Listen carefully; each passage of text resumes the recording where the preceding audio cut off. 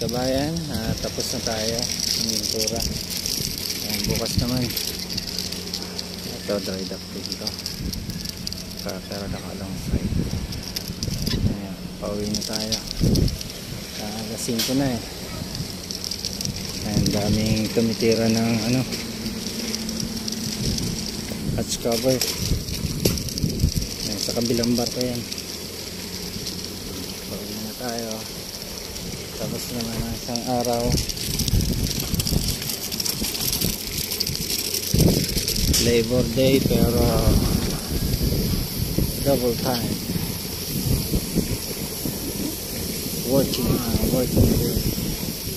No holiday. Ayan, humintura sila.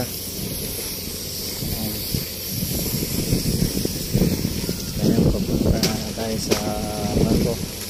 Pabalik na tayo.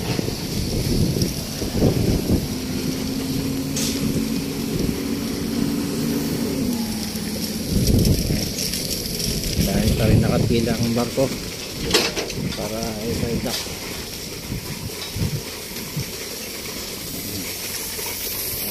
Yung barko namin yan. May nag-welding pa rin sa loob.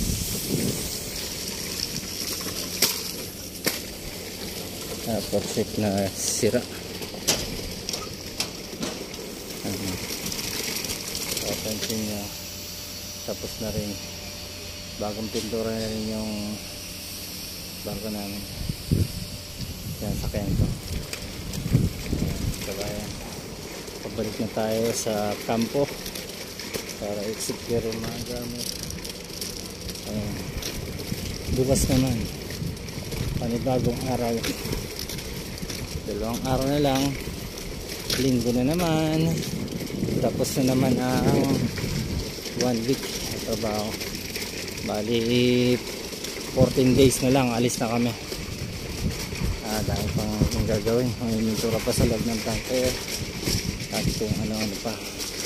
Magbabalik ng excavator, babalik yung chain, babalik yung safety line. Ang dami pa. Pagbitaw, washing.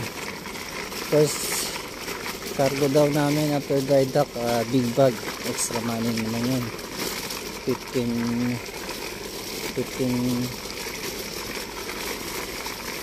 euro per hour din yun, bayad din pag discharging. Kalayan, buhay marinero. Solo lang tayo, nakakalungkot pag mag-isa magtrabaho. Aba, ito lahat.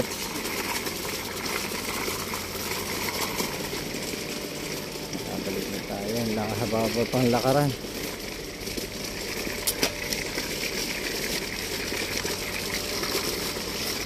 Pagod na yung araw, daming ginawa. Bawal magbasa.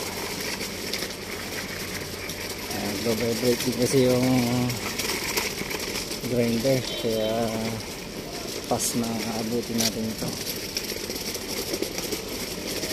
Alright, gotta go.